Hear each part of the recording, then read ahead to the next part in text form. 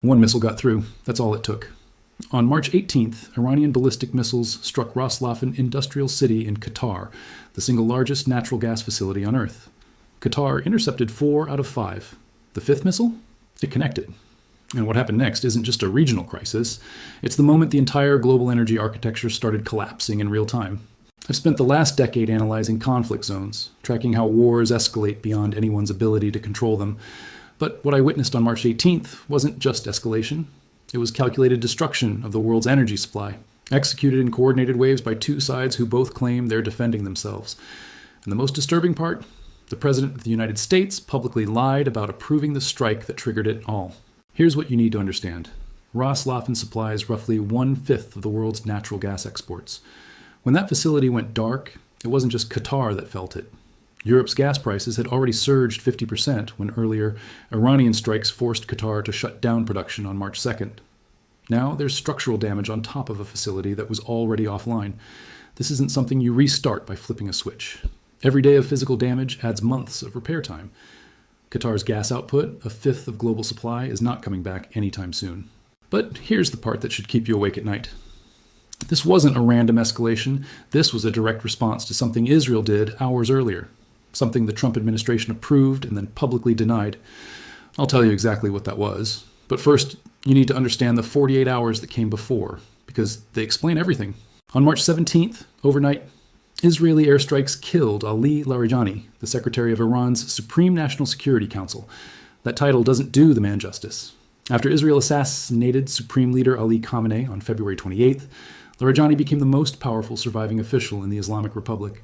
A former nuclear negotiator, former Speaker of Parliament, a veteran power broker with ties across Iran's political, clerical, and security institutions. If any single person inside Tehran had the authority to negotiate a ceasefire with Washington, it was Larijani. Israel killed him. Then, less than 24 hours later, they struck again. Intelligence Minister Ismail Khatib, dead in a precision airstrike in Tehran. That's 3 senior assassinations in 48 hours. Donald Trump went on television the same day and said he didn't know who to negotiate with inside Iran. Let that sink in.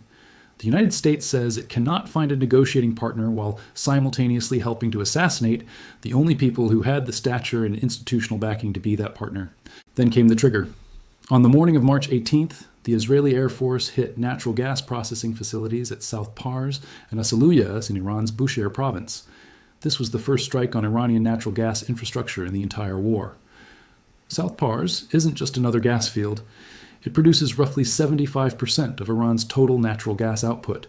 It's the largest natural gas reserve on the planet. And here's the part that makes this insane. It's connected underground to Qatar's North Field. Same deposit. 2 countries draw from it. Axios reported that the strike had been coordinated with the White House. The Wall Street Journal separately confirmed Trump knew about it in advance and supported it. But Trump later publicly stated the United States had no involvement and no prior knowledge. Same strike. 2 completely contradictory stories from the same government. The stated rationale was that it was a signal of what could come next if Iran continued choking the Strait of Hormuz. But the real calculation was more cynical. An Israeli official explained that gas was considered less of a concern on the price front than oil. Washington didn't greenlight this strike for strategic reasons. It greenlit it because it believed gas wouldn't move markets the way oil would. That bet was catastrophically wrong. Iran's Ministry of Petroleum confirmed damage to multiple facilities within hours. State media showed workers evacuating, gas tanks ruptured, flames climbing into the morning sky over Bushehr province. But the downstream impact went beyond fire and steel. Iranian gas flows to Iraq were cut off immediately. Iran supplies between 30 and 40% of Iraq's electricity and gas. Baghdad's lights are now directly connected to Israeli targeting decisions. Millions of Iraqis woke up on March 18th with rolling blackouts because of a strike on Iranian soil they had no part in planning. Hours after South Pars burned, Iran retaliated. 5 missiles launched at Ras Laffan. 4 intercepted. 1 got through. Qatar Energy confirmed fires and what it called extensive damage to the complex. Iran's message was not subtle. You hit our gas, we hit yours. Then Trump posted a statement that should alarm every person watching this. He said if Iran hits Qatar's gas facility again, the United States will, with or without Israel, massively blow up the entirety of the South Pars gas field at a level of destruction Iran has never seen. That is the President of the United States publicly threatening to destroy the largest gas reserve on the planet, a reserve that sits directly above a deposit shared with Qatar, the very country he says he's protecting. Qatar's response was the harshest diplomatic move the country has made in this entire war. The foreign ministry declared Iran's military and security attachés persona non grata, 24 hours to leave. The official statement called the strike a flagrant violation of sovereignty and a direct threat to national security.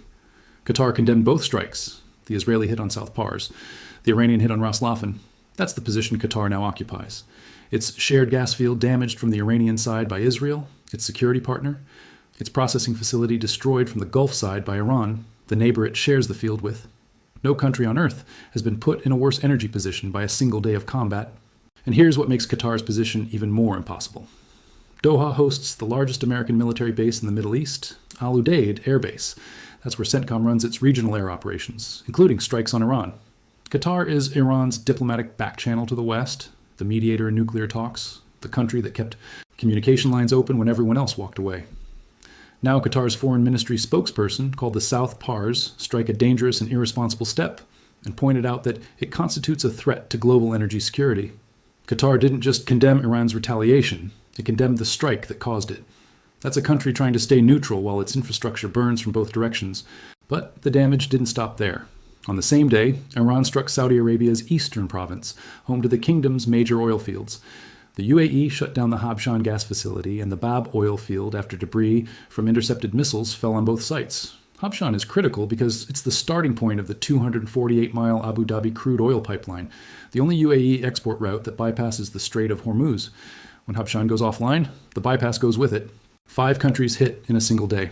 The largest LNG facility on Earth extensively damaged. The UAE's Hormuz bypass threatened. Saudi refining capacity offline. That's the scale of what happened on March 18th. And the economic fallout is already here. Brent crude is above $108 per barrel, nearly 50% higher than before the war.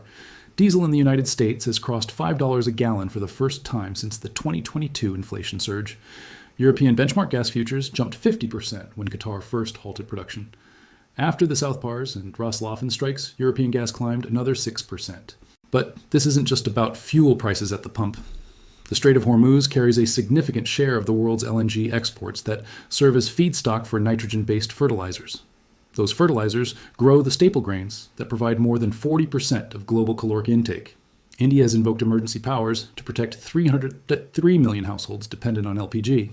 The UN's humanitarian chief warned that millions of people are at risk if cargo cannot pass through the strait safely. This is not just an energy crisis, it's a food crisis waiting to detonate.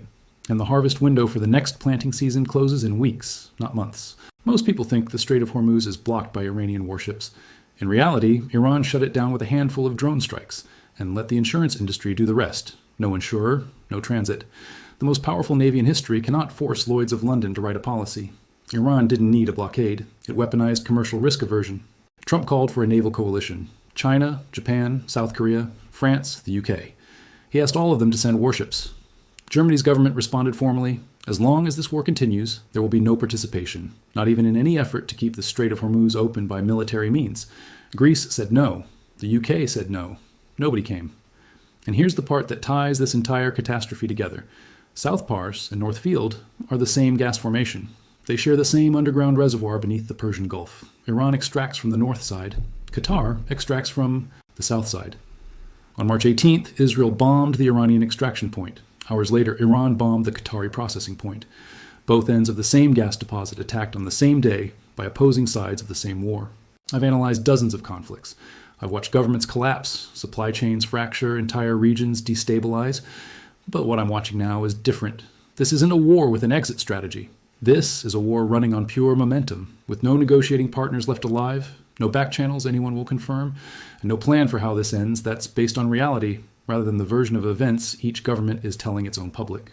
Iran has lost its supreme leader, its top security coordinator, its Basij commander, and its intelligence minister in 19 days.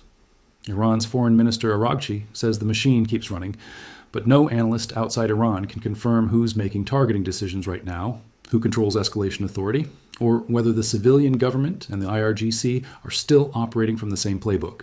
And here's the part that should terrify you. The Pentagon submitted a request to Congress for more than $200 billion in war funding.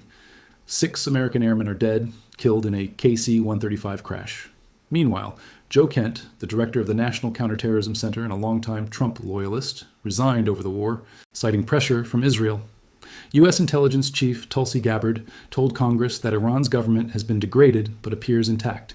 Tehran and its proxies remain capable of striking American bases and interests across the region. That's not reassurance. That's a warning wrapped in diplomatic language. The war is 19 days old. It's accelerating. There's no ceasefire framework on any table, and the people who had the standing to negotiate one are being buried in Tehran right now. The question that no government involved can answer today is not who's winning. It's whether anyone left in a position of authority has a plan for how this ends. Because from where I'm standing, watching the world's energy infrastructure collapse in real time while presidents lie about what they approved and gas prices double, the answer looks a lot like no.